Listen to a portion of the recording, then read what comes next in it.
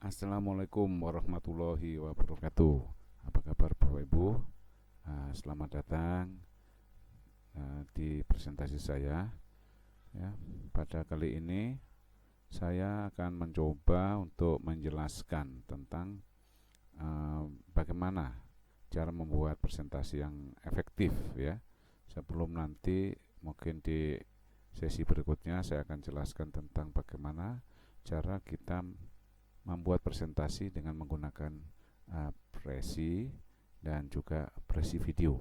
Tapi kali ini saya akan menjelaskan dulu tentang bagaimana membuat presentasi yang efektif itu. Oke, ini dasar ini harus dimiliki oleh Bapak Ibu ya. Kenapa? Karena walaupun kita menggunakan Prezi, tapi kalau nanti tampilannya jelek ya berarti nggak bagus lah gitu ya. Oke. Di sini saya beri nama Designing Effective PowerPoint Presentation. Jadi ini sebenarnya presentasi ini kita gunakan PowerPoint. Artinya bagaimana cara menggunakan PowerPoint sebagai bahan untuk presentasi yang menarik begitu. Tapi nanti bahan presentasi PowerPoint ini bisa dipakai di Prezi ya, dan juga bisa di Prezi video. Oke. Kita lihat di sini Bapak Ibu. Di sini untuk membuat sebuah presentasi yang menarik itu, maka kita akan harus memenuhi 5 ciri ya, minimal di sini ya. Pertama, big, simple, ketiga clear, keempat progresif, dan yang kelima konsisten. Nah, apa maksud dari masing-masing itu? Nah, nanti yang pertama di sini tentang big. Ya, apa big di sini yang dimaksudkan? Nah, big di sini Bapak Ibu, kita lihat di sini ya, big dari sisi teks, dari sisi tulisan. Ini ada tulisan itu, kalau font di komputer itu kan ada yang kecil, itu ada font 8 ya, paling kecil, bahkan 6 ada, sampai yang besar. Nah, seperti itu ya. Nah, kalau nanti membuat presentasi, kalau Bapak Ibu membuat ini terlalu kecil ya, font 12, font 14, 18, minimal kalau membuat presentasi itu adalah font 24 minimal itu ya, jangan di bawah itu, nanti tidak terbaca. Apalagi kalau ruang kelasnya besar, terus kita pakai LCD, anak yang di belakang tidak melihat malahan gitu ya.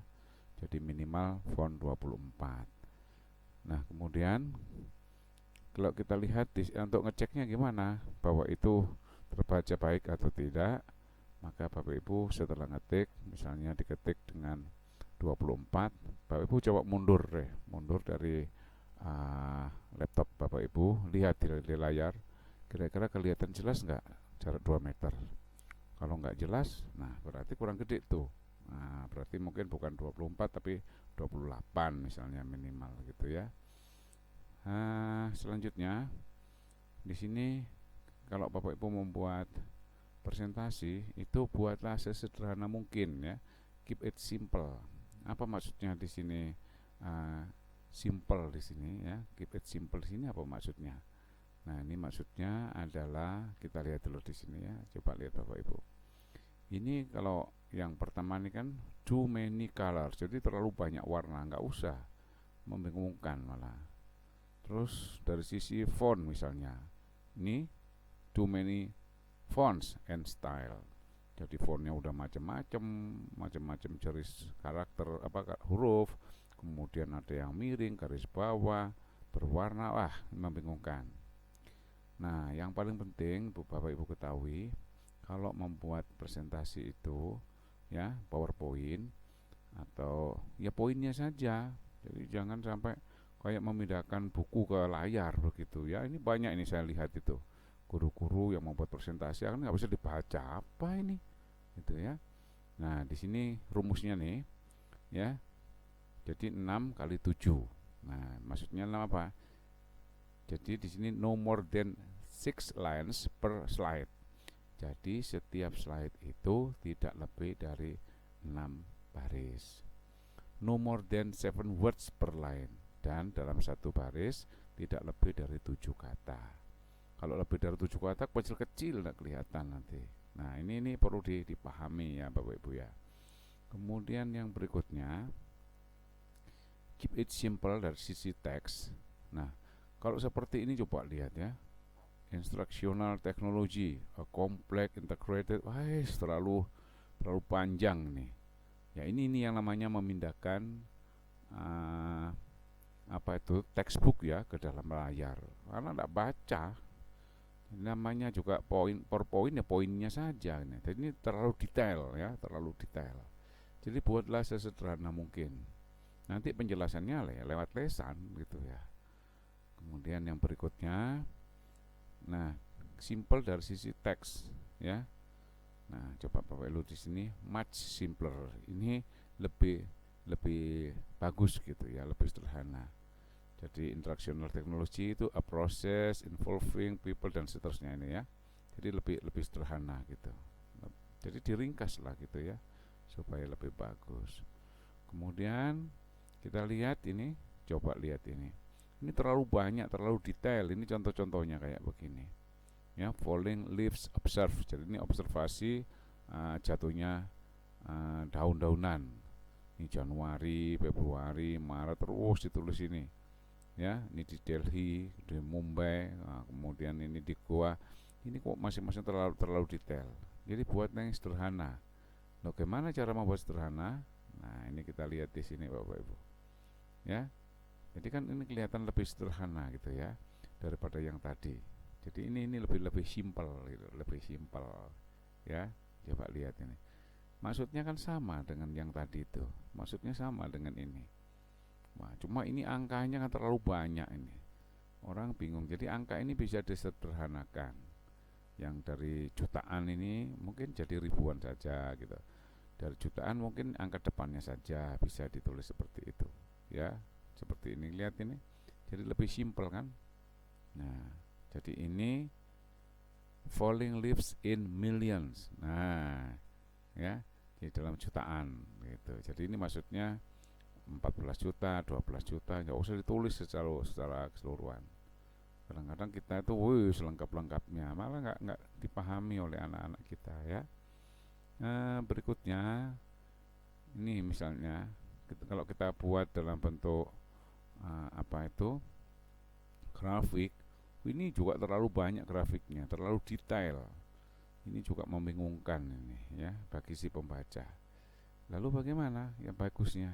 Nah ini Bapak Ibu perlu tahu kayak apa sih baiknya itu membuat grafik yang sehingga di layar itu bisa ditampilkan dengan jelas. Maka ini bentuk grafiknya. Jadi ini lebih sederhana ya. Nah lebih sederhana. Jadi garis-garis yang ini hilangkan aja. Tadi kan ada garis-garis yang ini. Nah garis-garis yang ini, wah ini lebih ribet gitu ya. Orang akan bingung memahaminya. Makanya buat sederhana. Ini mudah dipahami ini. Dia tahu ini di titik-titik ini. Kalau di sini ini 40 misalnya tahu dia. Di atasnya ya dikira-kira berapa 41, ini ke sini misalnya 43 gitu ya. Kalau tengah-tengah ini 45, nah kan bisa dipahami. Oke. Selanjutnya di sini keep it simple itu dari gambar ya, dari picture. Jadi artwork may distract your audience. Jadi kalau kita membuat gambar yang warna-warni mungkin malah mengganggu gitu. Artistry does not substitute for content. Jadi kalau ini dibuat seartistik mungkin ini tidak mewakili konten. Jadi nggak usah dibuat yang terlalu apa ya, ibu mungkin menganggap ini menarik tapi ternyata ini malah tidak memenuhi harapan kita. Nah kemudian kadang-kadang kan ada orang itu membuat di situ dikasih sound dang ya, kayak sound effect.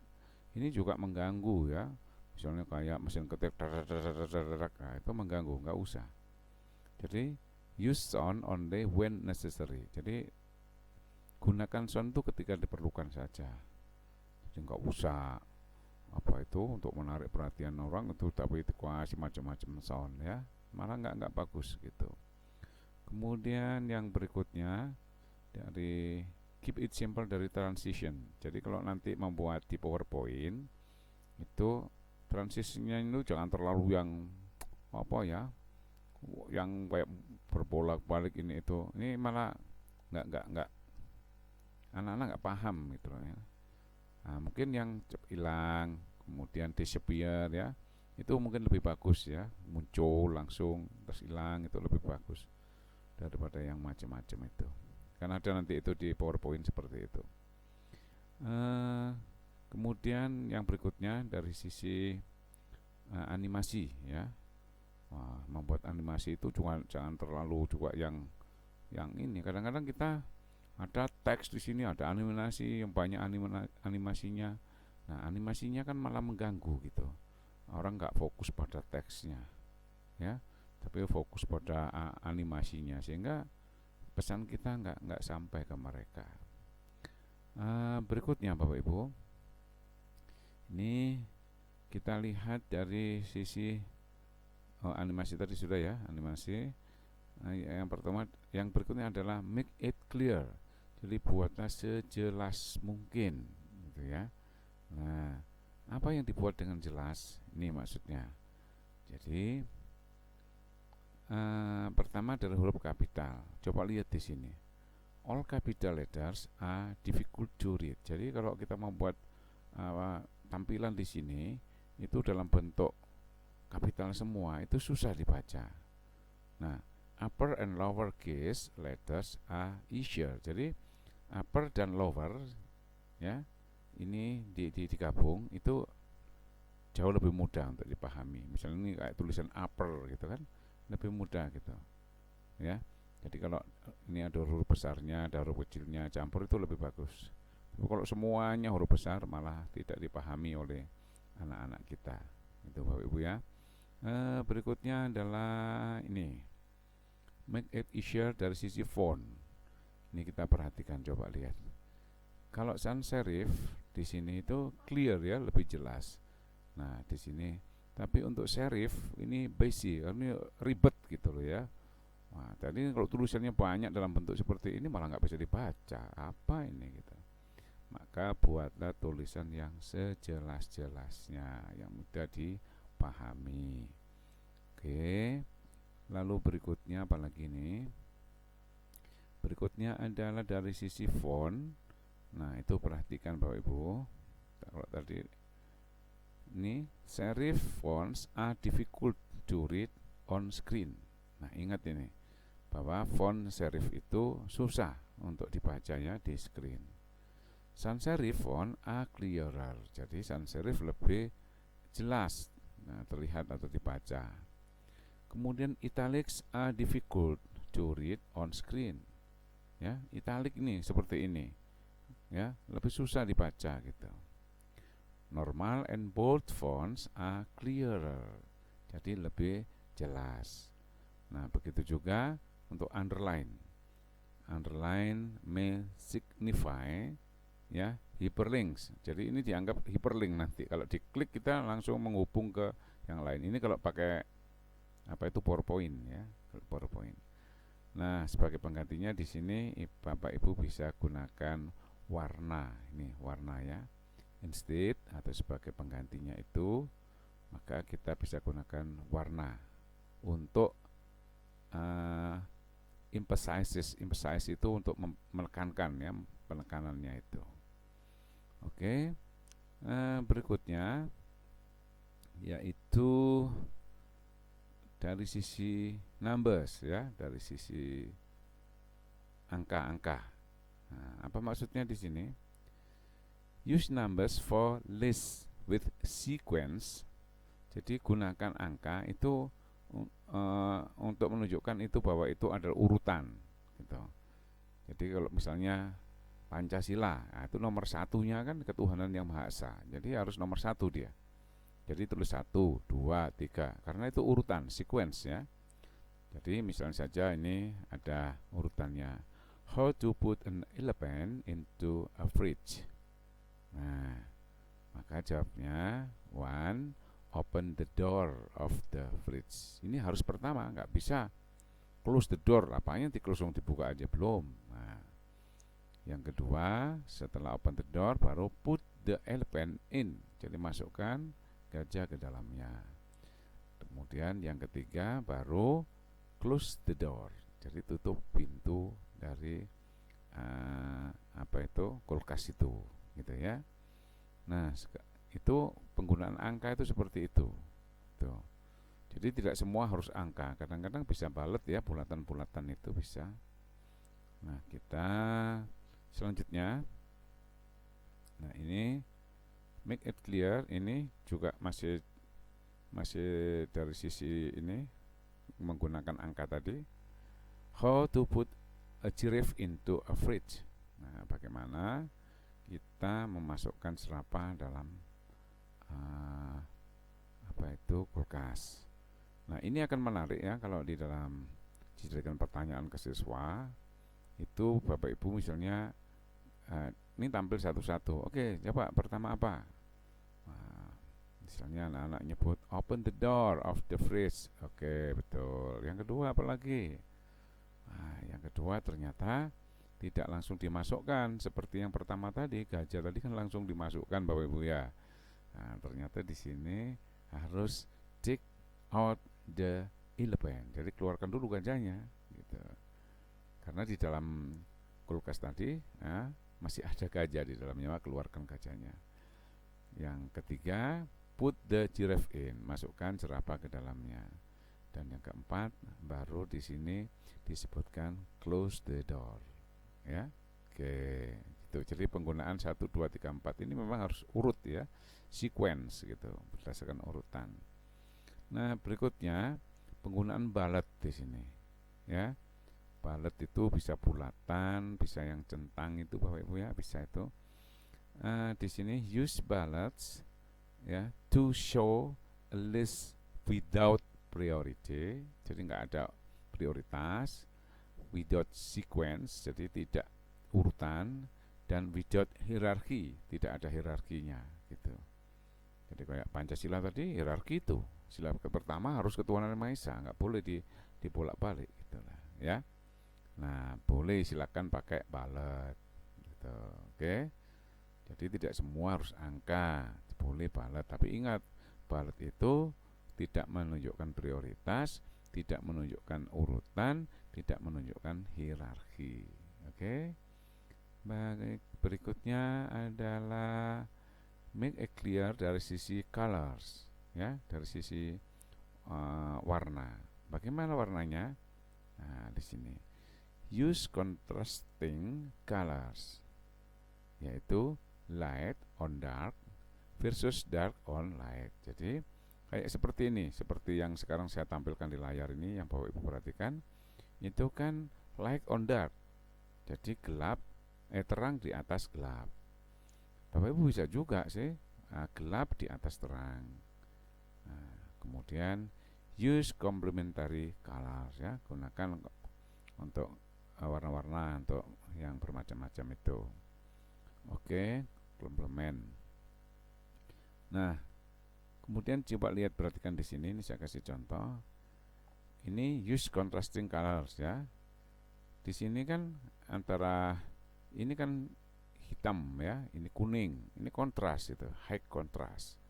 Nah, kalau yang ini yang dua ini hitam, ininya putih tapi putih agak kabur-kabur, maka disebut low contrast, jadi kurang kontras, jadi nggak bagus, kurang dibaca oleh anak gitu ya. Jadi harus kontras, hitam atau gelap di atas terang atau terang di atas gelap, itu tulisannya. Kemudian juga ini coba lihat, ini contohnya, this is light on dark. Nah, jadi ini terang di atas gelap, ini light on dark versus dark on light. Jadi sebagai kebalikannya adalah gelap di atas terang. Kemudian, nah ini kontras ya. Kalau ini kontras, kalau kuning dengan putih kan tidak kontras ini. Ya, kalau light on dark versus dark on light. Jadi kalau ini gelap di atas terang, putih kan terang. Nah, hitam itu gelap. Jadi this is dark on light. Jadi ini gelap di atas terang, ya.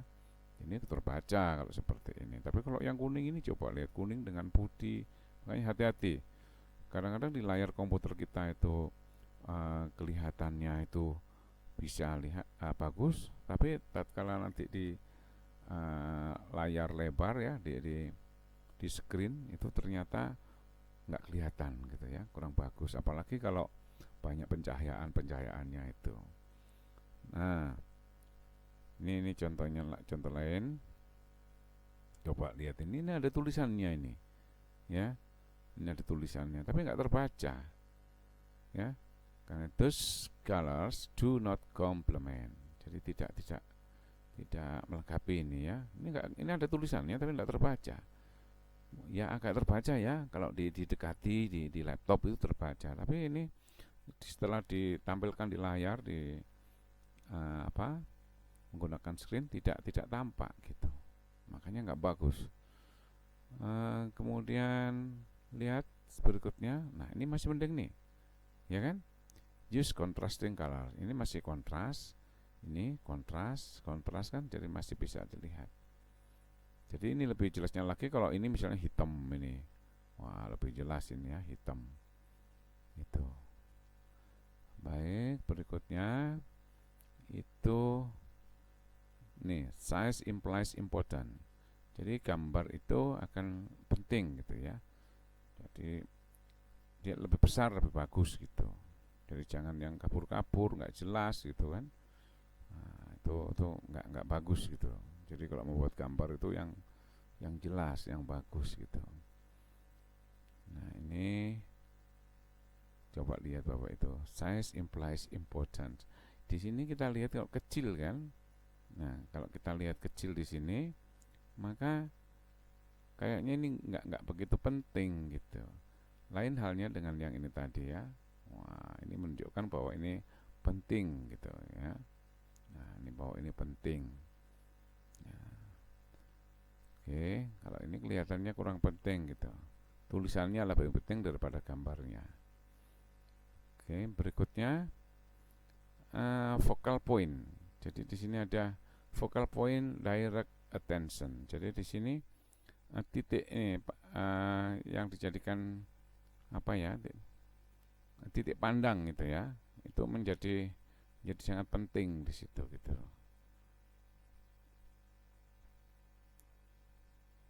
Nah, coba lihat ini, perhatikan di sini. Ya, di sini ada focal point. Di sini kan tidak ada. Jadi apa yang di ini kan?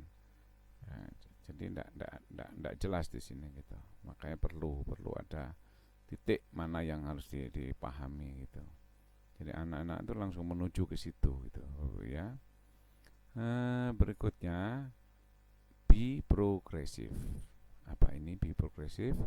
Kita lihat di sini, perhatikan Bapak Ibu. Ini ada types of instructional tools. Ya. Kalau kita lihat ini ada kata ditampilkan dengan PowerPoint, ini bisa muncul satu-satu gitu Bapak Ibu ya. Muncul satu-satu. Tapi ini terlalu banyak nih, terlalu kelihatan ribet ini. Jadi apalagi kalau misalnya nih kalau muncul barang blek gitu, wah itu ini saya nggak bisa munculkan satu-satu ya di sini karena ini bukan PowerPoint. Jadi kalau PowerPoint kan bisa tampil barang sekaligus, blok langsung muncul semuanya gitu ya. Atau kalau enggak bisa satu-satu, misalnya ini dulu, baru setelah itu ini muncul berdua, ini muncul ketiga dan seterusnya gitu. Tapi kalau di sini nggak bisa ini, ya. Di sini ini juga gitu. Ini sebenarnya yang tadi, tapi kalau di PowerPoint ini baru saya munculkan satu-satu gitu, ya. Atau dibuka satu-satu gitu, atau turun satu-satu, sintot, gitu. Oke. Nah, di sini Bapak Ibu kita perhatikan. Ya, ini sebenarnya pakai ini understanding teknologi misalnya saja di sini. Ini gambarnya macam-macam, ada mouse, ada main storage, function apa, terlalu banyak gitu, ribet gitu. Jadi terlalu banyak dan nggak fokus gitu. Apa yang mau difokuskan? Makanya perlu fokus itu.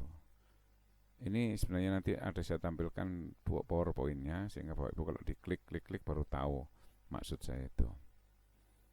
Nah, ya, di sini bisa urut satu-satu. Misalnya kalau di PowerPoint ini bisa nih muncul misalnya CPU, yang mana CPU baru dilingkari tag, yang mana mouse, nah, mouse-nya dilingkari tag gitu ya, yang mana layar dilingkari satu, misalnya seperti itu. Jadi jangan langsung muncul semuanya begini blok langsung ini mouse ini enggak kayaknya nggak ada gunanya nih PowerPoint itu gitu loh, karena nggak memberi penjelasan apa-apa. Tapi boleh misalnya mouse, muncul mouse, terus main storage tag baru muncul gambarnya main storage, functional key langsung gitu ya. Jangan langsung blok semuanya ini langsung di sini ada tulisan-tulisan begini. Nggak ada artinya apa-apa itu yang seperti itu. Nah, Bapak Ibu, yang berikutnya harus konsisten. Konsisten di sini ya. Ini differences draw attention. Jadi mereka untuk perhatian yang berbeda gitu ya. Jadi differences may imply important. Jadi perbedaan itu mungkin mengimplementasikan implikan bahwa itu penting gitu. Nah, use surprises to attract not distract. Jadi gunakan surprise itu untuk menarik, bukan malah mengganggu gitu ya. Kadang-kadang kita itu saking senengnya buat yang menarik itu kemudian tapi nggak ada gunanya, malah mengganggu tuh ya. Nah, terus di sini ini contohnya, coba lihat ini ya, ini difference draw attention. Jadi yang lain ini menggunakan titik, terus di sini menggunakan tik. Nah, ini kan berbeda nih. Nah, ini menunjukkan sesuatu yang apa itu namanya, harus diperhatikan gitu ya. Nah, karena dia berbeda gitu. Nah, difference may imply important. Nah, jadi di sini nih tik nih. Ini kan yang dua ini kan titik-titik nih. Yang ini baru selanjutnya kita lihat di sini. Nah, ini kalau kita lihat-lihat, yang ini centang, ini kotak, ini bulatan. Ini orang malah bingung sebenarnya gitu ya. Jadi kalau ini bulat aja semuanya, satu aja yang mana yang mau ditekankan. Kalau seperti ini nih, these differences distract. Jadi perbedaan-perbedaan ini malah mengganggu gitu ya, Bapak Ibu ya. Oke. Selanjutnya ini be consistent, ini differences. Nah, ini differences may imply important. Jadi sini perbedaan di sini. Ya, jadi yang lain putih ini ada warna tersendiri. Baru selanjutnya ini dari sisi ini jangan terlalu banyak warna-warni, ini malah mengganggu ya. Jadi konsisten aja. Nah, ini yang berikutnya. Nah, misalnya ada yang dikasih gini, mungkin kalau satu aja ya nggak apa-apa gitu. Ini kan sudah pakai warna, masih dikasih lingkar-lingkar gini, sangat mengganggu. Nggak perlu seperti itu. Nah, apalagi seperti ini, wah tambahnya ya, ini sudah warnanya, dikasih warna berbeda aja udah tahu bahwa itu penting. Nggak usah ditambahi lingkaran-lingkaran begini, tambah mengganggu. Oke. Nah, jadi kesimpulannya di sini Bapak Ibu, jadi ada 5 ya, big, simple, clear, progressive, and consistent. Nah, Bapak Ibu yang saya hormati, maka di sini kita bisa simpulkan di sini ya. Nah, untuk akhir kalimat ini penjelasan saya. Jadi text to support the communication. Jadi teks itu untuk mensupport komunikasi. Jadi yang penting itu komunikasinya, penjelasannya, bukan teks yang di papan tulisnya itu. Itu hanya memperjelas. Kita kan enggak, terbalik. Kadang-kadang yang ditulis di teksnya sebanyak-banyaknya. Lupa supaya anak enggak lupa, nanti bisa dibuka lagi ya. Kemudian picture to simplify complex concept. Jadi gambar itu hanya untuk mempermudah konsep yang kompleks gitu loh. Animation for complex relationship. Jadi animasi itu untuk hubungan yang kompleks gitu. Visual to support, not to distract. Jadi gambar itu untuk mensupport, bukan untuk mengganggu. Begitu juga sound, ya, sounds only when absolutely necessary. Jadi jika diperlukan saja, kalau enggak usah. Think about the people in the back of the room when creating slides. Jadi ketika Bapak Ibu membuat slide, ingat itu siswa-siswa yang ada duduk di belakang. Dia bisa baca kak enggak itu ya. Nah, kemudian di sini kalau waktu presentasi ya pertama speak loudly. Kemudian direct your words to all aspect of the room. Jadi kemudian maintain eye contact, jadi mata Anda itu ya with your audience. Jadi harus ada kontak mata. Kemudian jangan lupa ask question of your audience. Jadi jangan jelaskan enggak ada pertanyaannya. Don't read the slides word for word. Jadi jangan membaca kata demi kata yang ada di layar itu. Ini ketahuan kalau kita nggak siap. Nah, begitu Bapak Ibu ya, tentang bagaimana cara kita membuat presentasi yang menarik itu. Jadi sampai di sini dulu, dan nanti saya akan selanjutnya saya akan jelaskan tentang bagaimana cara membuat presentasi yang menarik, menggabungkan antara PowerPoint dengan Prezi ya. Saya kira itu Bapak Ibu. Terima kasih. Assalamualaikum warahmatullahi wabarakatuh.